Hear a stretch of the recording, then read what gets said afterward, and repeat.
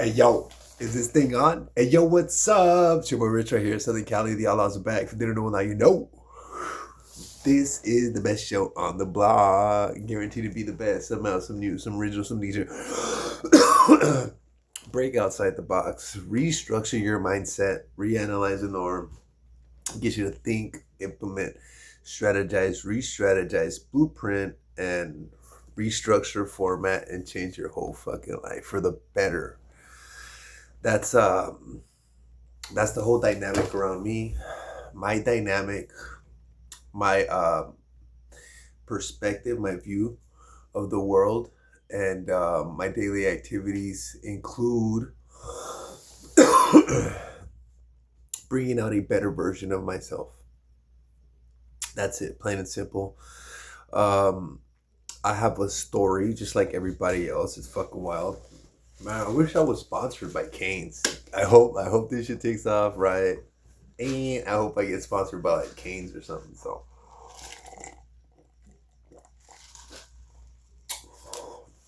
I tell you guys, fucking love this place. I went there the other day. Oh, okay. So yo, I went to Canes the other day, right? And then it was Friday after work, and then from there I went straight down to visit my son, and I took him Canes for the very first time, and it wasn't as delicious as getting to eat it right there on the spot, freshly made, right off the grill, right? But getting to have that experience with him was a very amazing, wonderful, beautiful, unique, memorable. Once in a lifetime.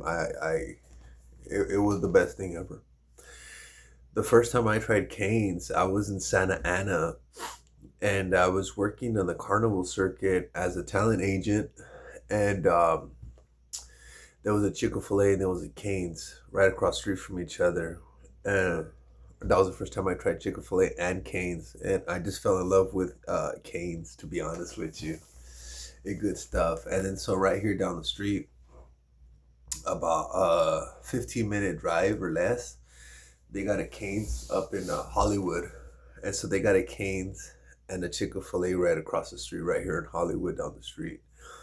So I went down there. I was up in Hollywood a little while ago. It was a cool drive past Melrose, Beverly Boulevard, all that other stuff.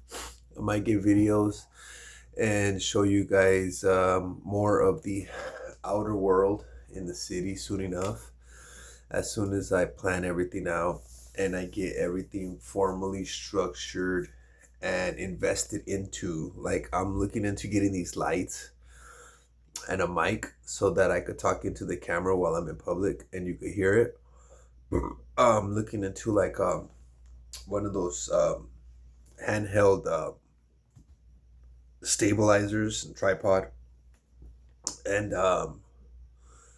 taking this adventure to a another point, but doing it all in a budget, while only on a minimalist viewpoint, only getting the necessary equipment, nothing more.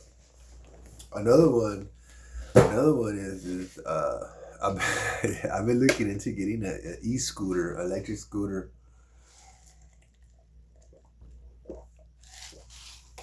because they look really cool. They look really cool to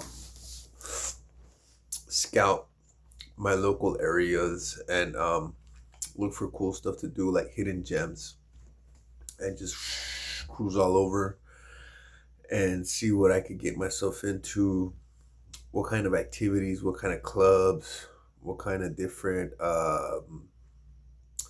sceneries, right?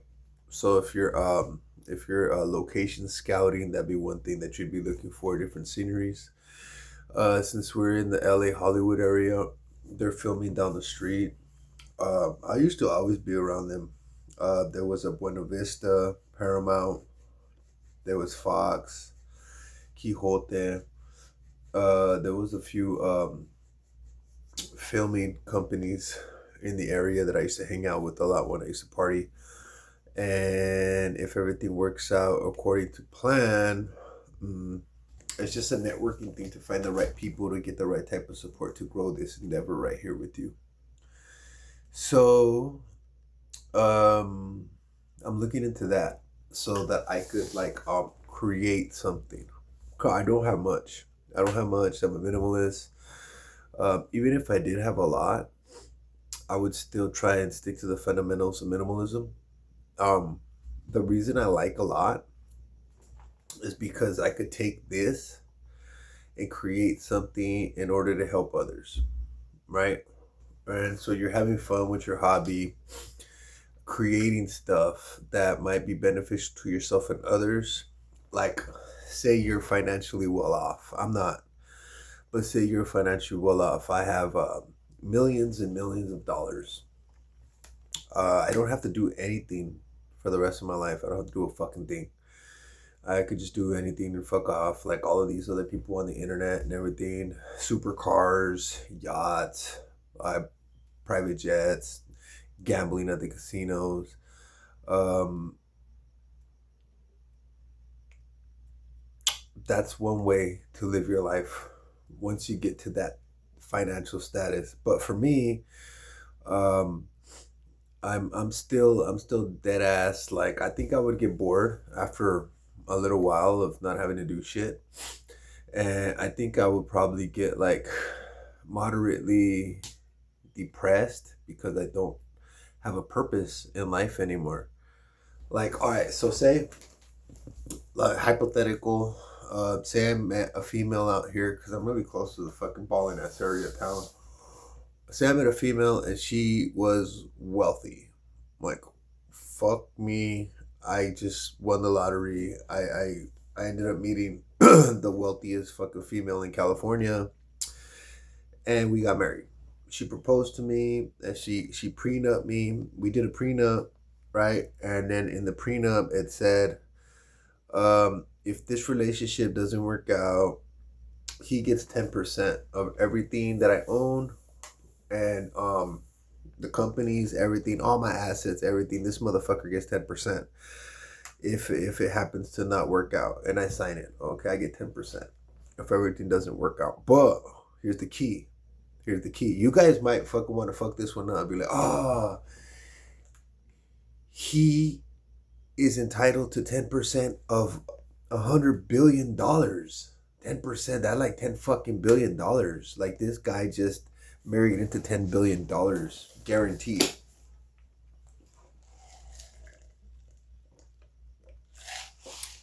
Set for life, right? So I'm set for life, hypothetically. And my honey bun. Let's use our imagination and say she's beautiful, and she's got a nice figure, and she got a great personality. And we actually did fall in love. And the only thing she really asked me for is to not fucking cheat on her because she don't want me to counteract something and then bring it back and give it to her and get her sick. Like that's like her main objective behind it. It's like a health conscience type thing. And she's like, look, this is why we don't cheat on each other, because of our health and our safety, and doing what's being responsible for each other's well-beings. That way we don't cheat. That's all I want out of your ass. That's it. And I'm like, okay, give you my word, and I stick to it. Yet I'm set for life. I could go out there and I go fuck this one up, cheat. I get caught. We get divorced. And due to that signature on the prenup, I'm guaranteed 10%. I fucking win no matter what. Yet, why would you want to throw away something? Like, if you don't mess this up, you keep 100%. Not only that, but if you don't mess this up, you have a home to stay in. You have security. long term, when it comes to somebody accepting you for you, whether you have anything or not, then they put their trust in you and put everything in your hands. While you're together and while it's flowing accordingly, it's 100% yours. You can do anything you want with it. So having so much at hand and having obtained so much so fast, you're sitting there with 100 billion fucking dollars. Why would you ruin that for yourself? I think genuinely, if you have somebody willing to give you 10% of that, I think that person genuinely loves you. Why would you throw that away? Why would you throw away the opportunity to have the fairy tale life that everybody dreams of? Why would you throw away the opportunity to be with somebody who's with you for no apparent reason at all, except that you do something to their mind, heart, body, and soul in a way that no one else has ever done and ever been close? And you open up their heart and you open up their mind and you open up their emotions in ways that they never thought was possible. So their love is pure. And they need nothing from you. And they need nothing from no one else. So this is one person that has never in their life been manipulated into doing anything physical, sexual activities with anybody for financial gain or any other type of getting one up and leveling up in life through the relationship circumstances, which is the offer that was given to me. So this person genuinely loves me and they want me around, and they want me in their life, and they want me to fucking sleep in their bed, and they want me to inherit the mansion, they want me to inherit the helicopters, and they want me to be a part of the corporate endeavor, and they want me to be a part of the fucking chairman board, and they want me to be a part of the business ventures, and they want me to have my name on a plaque on a desk, and they want me to be the backbone to their emotional stability. They want me to be that best friend that they could rely on, count on, and trust with everything, internally and externally. You fucking got something in your hands that most people will never experience. So why would you ever throw this in the garbage for 10 million billion fucking dollars? At some point, some people would take this and run with it and never look back.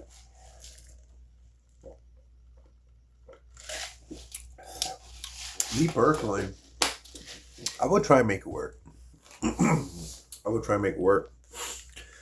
And I would try to open up her eyes and her perspective on my upbringings and try and give her the insight of minimalism and camping and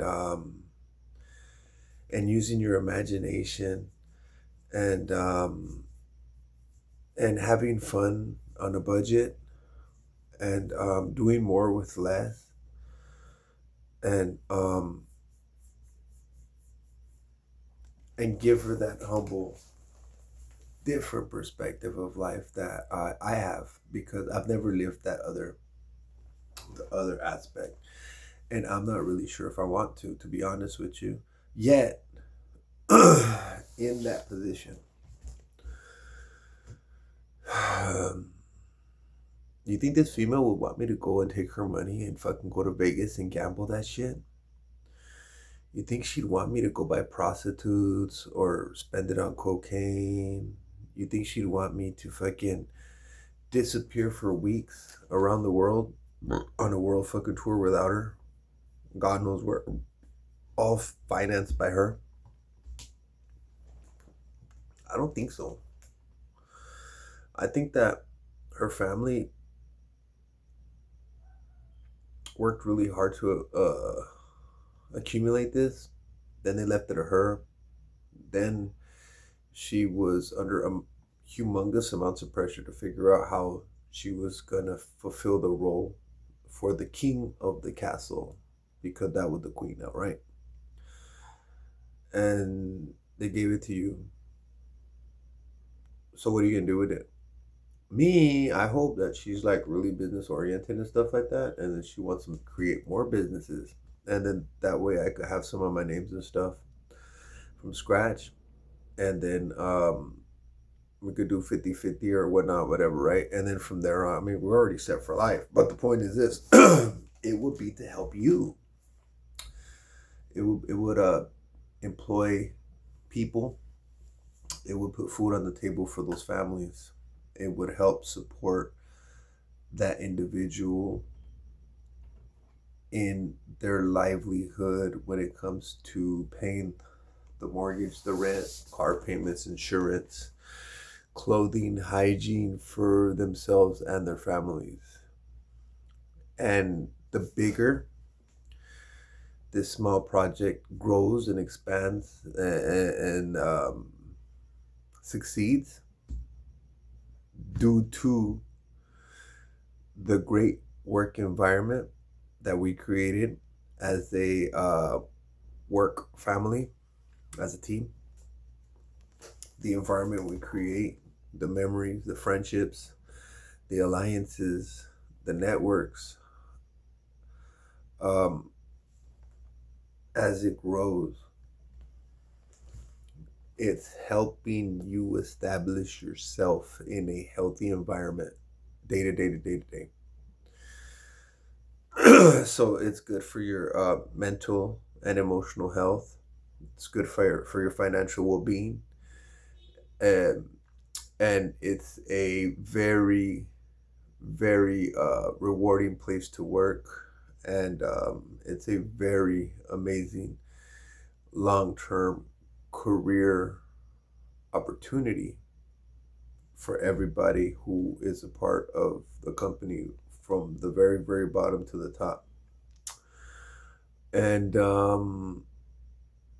I believe that that's why this person chose you, because they know that your objective is to help others and to take those resources that you were blessed with and try to create more with it while not needing to do anything at all, because it's already self-generating.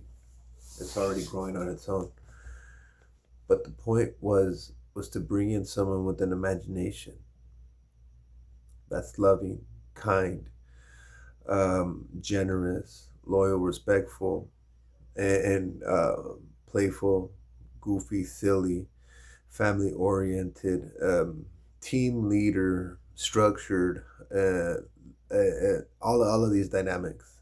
That's what they brought in to expand the family, to expand the kingdom, to expand the businesses, to expand um, to expand in ways that weren't possible before you, without you, and to hopefully bring up some children. Like this person wants to replicate you with your offspring.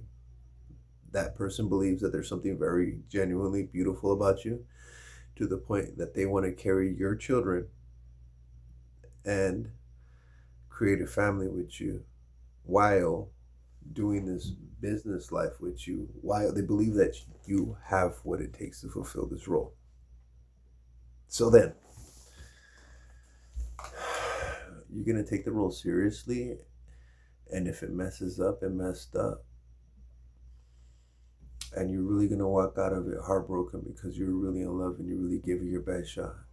And you really found the love of your life and you lost the love of your life. And that 10% that they gave you don't mean shit compared to everything you lost.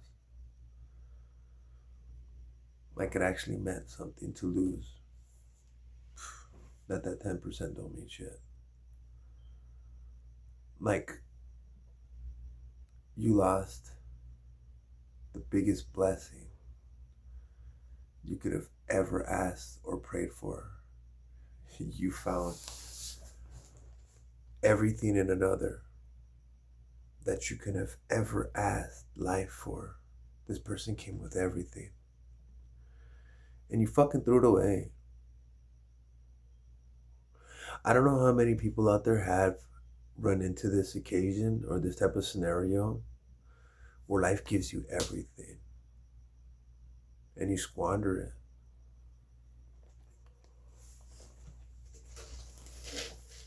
That's why I like to be like more minimalist in nature, because everything that I have has a certain type of quality to it and a deep meaningful value that I try not to squander my possessions.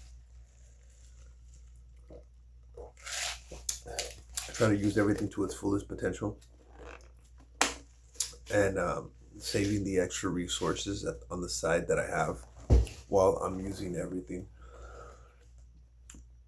the way it's supposed to be. Yet, instead of having a million fucking pairs of shoes, I have my favorite shoes.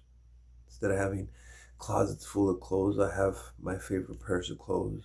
Instead of having 10,000 fucking women in a roster in my bed getting fucking pounded on every night, I reserve myself for a better life, a better manifestation, a better dream, a better type of scenario for myself and those who are around me, my family, my friends, my co-workers, my colleagues, my mentors, and those that I mentor, those underneath me as well. I do my best to live out this role with or without the opportunity. So when the opportunity, if ever, shows up, I'm able to fulfill the role and not squander the blessing at hand. So for everybody out there, think about why you do what you do. What's your motivation? Then, if you know that your intentions are purely innocent, no matter what type of hurdle, no matter what type of situation, no matter what type of loneliness, no matter what type of struggle, no matter what type of battle you may face on the journey, just know that due to cause and effect, karma, dharma, due to how life blesses and curses, you're lining yourself up. You're putting yourself in alignment for one of the biggest blessings you will ever encounter. And it has to do with the way you conduct yourself, and that's how you're going to magnetically attract that blessing. This was just a story of what would you do if that blessing showed up, and if it was as wild, as amazing as everybody's dreams being given to you all at once. You were the lucky lotto winner, Charlie Chocolate Factory golden ticket receiver who got the blessing, the anointing. If it happens to be you, what are you going to do with it when it shows up? Because that blessing at that type of grandeur, that shit was not just meant to bless you, it was meant to bless you and those around you for generations to come. Or wasn't meant to go to the casino, it wasn't meant to go do cocaine, it wasn't meant to go fuck around in private jets, it wasn't meant to buy prostitutes, it wasn't meant to fucking ruin yourself. It was instilled upon you by life, by God, by the Creator, because life trusts you that much to make the right choice with that much power under your belt. Think about it. I'll catch y'all later.